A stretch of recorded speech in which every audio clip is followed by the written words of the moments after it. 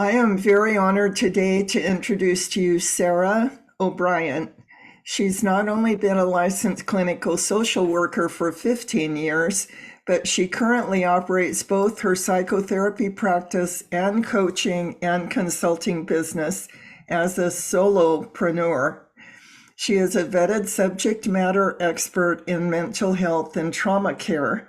She's a best-selling author and chief mental health officer dedicated to reducing the stigma related to mental health. Good for you.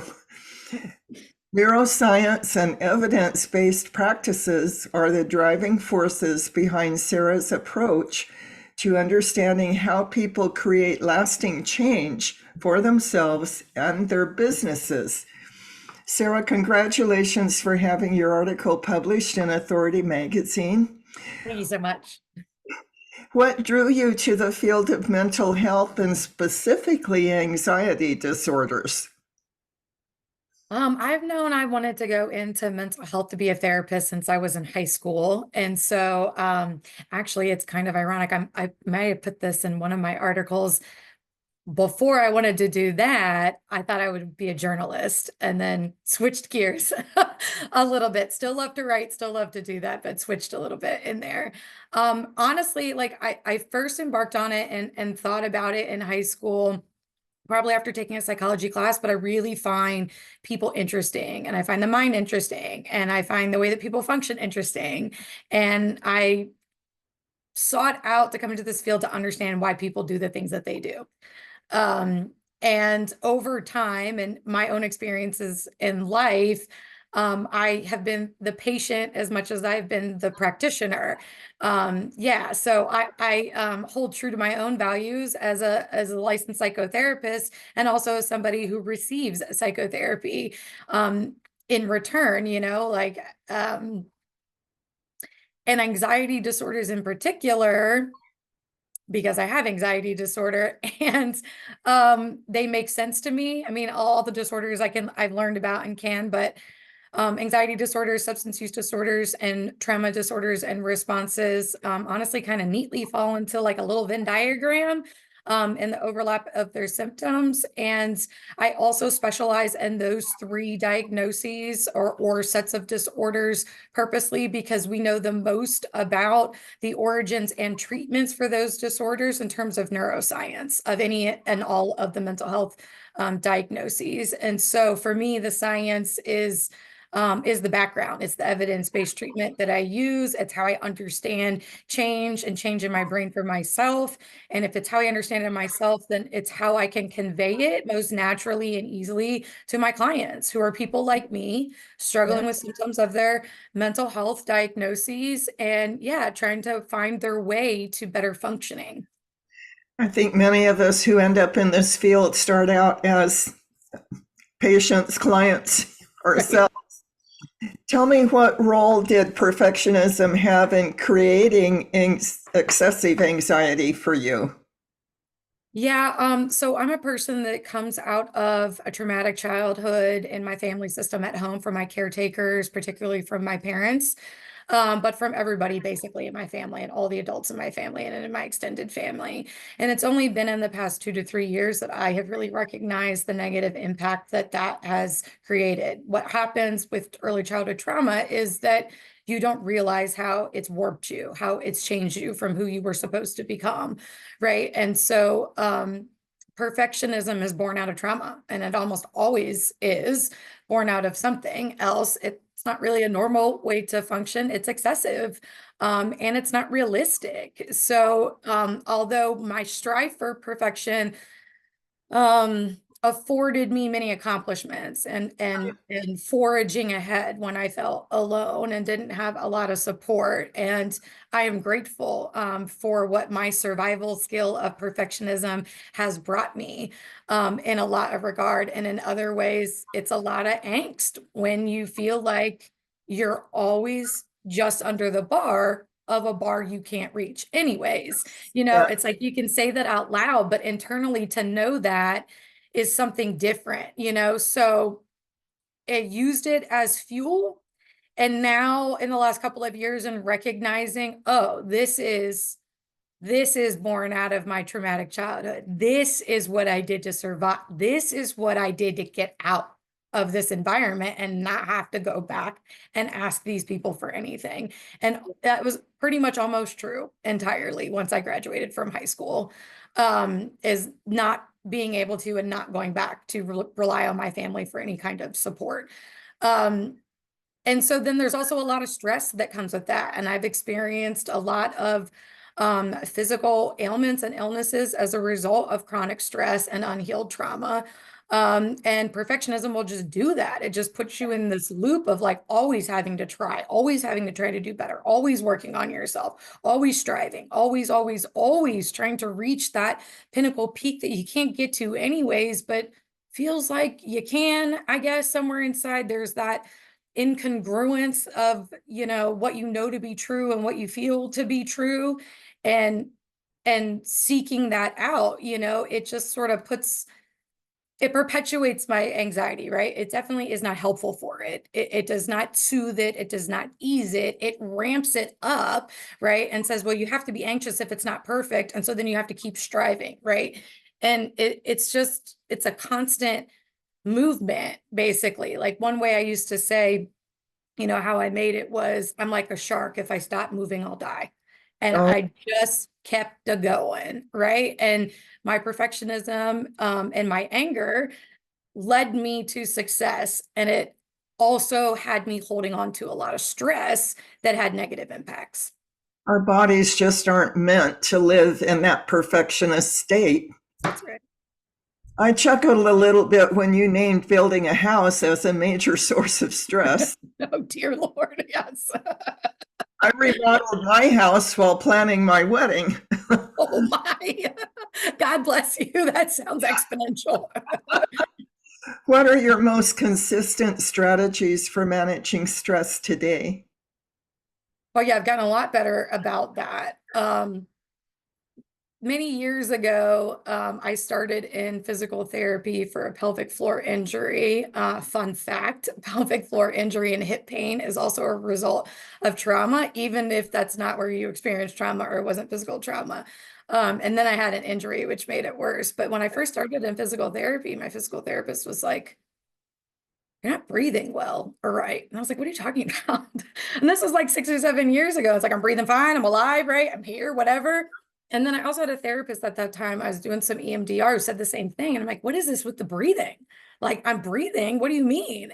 And it took a while to notice myself, right? Like that turning that and your self-awareness is some work, you know, like everybody else is sort of seeing this. And I'm like, but I'm breathing just fine. Um, Deep breathing was not something I was ever doing. So when you live in that high stress, high anxiety, chronic stress kind of state, we just stay in the chest shallow breathing. You don't realize it, but you're never really taking a full breath. And if you're never really taking a full breath, you're never really getting a lot of oxygen to your brain. And if you don't get a lot of oxygen to your brain, then we're never going to turn off the stress response system because there's a deficit and your brain is like, I need more oxygen. I'm under duress because I don't have enough. So it's another way that your body like pumps out this cortisol. So I've gotten much better at paying attention to my breathing, stopping and taking deep breaths. And I try to do that throughout the day. Same, my physical therapist, awesome. They're sort of all around, suggested I get into a yoga practice. I know what people are going to say. I said the same things. It was hard. It was not my jam. I was more like, I had energy, right? In this perfectionism, I was more like work out hard, kind of like, I can't do this.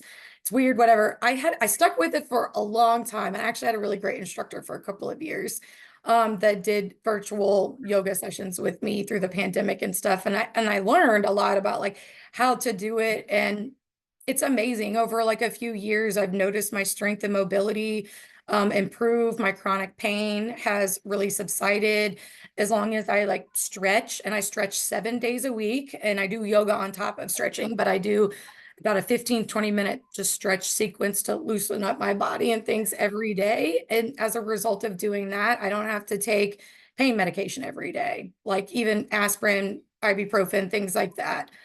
So that's a huge part of how I stay grounded, sane, well, now breathing, yoga. I prioritize sleep over everything else.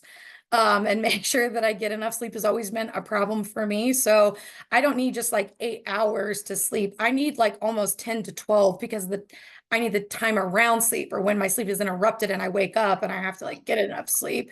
So those things are like always on the forefront. Am I engaging in enough healthy movement for my body that's not pushing me into too much where I'm sore? Am I being sure to take deep breaths from the diaphragm and not just breathe shallow from my chest so that, I'm getting enough oxygen throughout my system? Definitely getting enough sleep and creating enough time for that.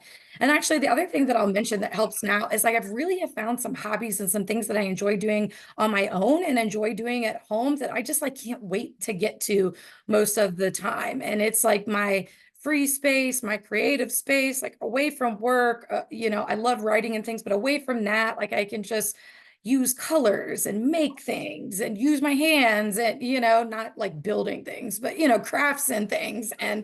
Um, and that's been really amazing. I didn't know what that would do, but I've gotten into these interests and I make time for it. So much so that I really try to make time for those things at least 15 minutes a day. Like if I'm just coloring or drawing or something, at least 15 minutes a day of something like that I like to do. That also helps me feel like my whole day isn't just this grind of like work, work, work, eat, sleep, rinse, repeat, like I sort of look forward to something in every day and really trying to enjoy all of my life and not just the time I'm not at work, or whatever. Or I can only enjoy the weekends because it's the only days I don't have work. I'm trying to create people may have, I think I have heard this on social media. You may have heard this. I'm sure it's floating around. Creating the life that you don't want a vacation from. Now I still like to vacation and I still want to travel and all of that. But more or less, like I don't dread my day to day anymore. And I have made a lot of changes to my lifestyle in the last 2 to 3 years so that I feel less stressed and I'm not as anxious and I can enjoy and calm and relax and ground myself every day at some point. I find that my creative habits refill my cup Yes. so that I'm able to go to work fully present. Bright-eyed and bushy-tailed after that. I Yeah. love your advice to focus on what is rather than what isn't. Would you describe how you do that? Um, this is a challenge, and it's always a challenge when I suggest it to my clients. Um, it's easier said than done, one of those things. And it's the idea of shifting your perspective, your focus, like maybe almost literally what you're looking at and thinking about from this thing to that thing, right? So it's changing your focus from what you don't have or what isn't true in your life or what's not going well to focusing it on what you do have, what is going well, what's already present in your life. Is it these things that you don't have? No. I mean, those are obvious. You don't have them. But if we're just looking at those all of the time, then we miss all the stuff that we do have over here, right? A lot of negative, right? I've had a lot of negative in my own life where I probably would have said, there's nothing good to focus on. I definitely would have said that. I know my clients have said that. And I know at the same time, that's a perception that feels real that isn't actually rooted in truth and reality. And so it's a mindset thing or a perspective thing. And I don't ever want to take away from that being somebody's like felt experience. It's been my felt experience, but it's not helpful. It just kind of keeps me stuck and just looking at all the things that I don't have and that do not exist in my life, right? Whether it's like, I don't have a family system that I can count on. I don't have parents that I can call when I need something, like I don't have a big friend group or, I don't have $1 million, like whatever it is, I could say, I don't have that. I don't have that. This sucks. This sucks. I don't have that. Or I could say, what do I do have? What is present in my life? Is it $1 million? No, but do I make a living and pay my bills? Yes. I could be grateful for that because it could be harder, Yeah. Do I have everything I want? No, but what do I have that I could shift focus to? And anxiety is famous for like intrusive and negative thoughts, right? And these negative ruminating thought cycles and patterns.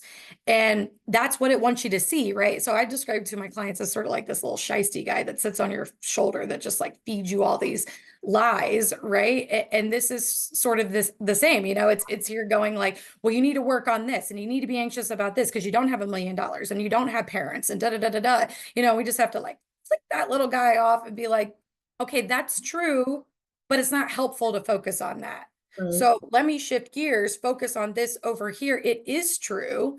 It doesn't negate these things not being true or potentially wanting to strive for those. But if we're only focusing on what we don't have in the moment, instead of ever focusing on what we do have in this very moment, not what we're striving for, what is true right now, then we're going to just be in anxiety all the time. I use this particularly with anxiety because anxiety lives in the future. Anxiety doesn't live in the present. Yes. Anything in the present would be worry that we're worried about that we maybe make a plan for.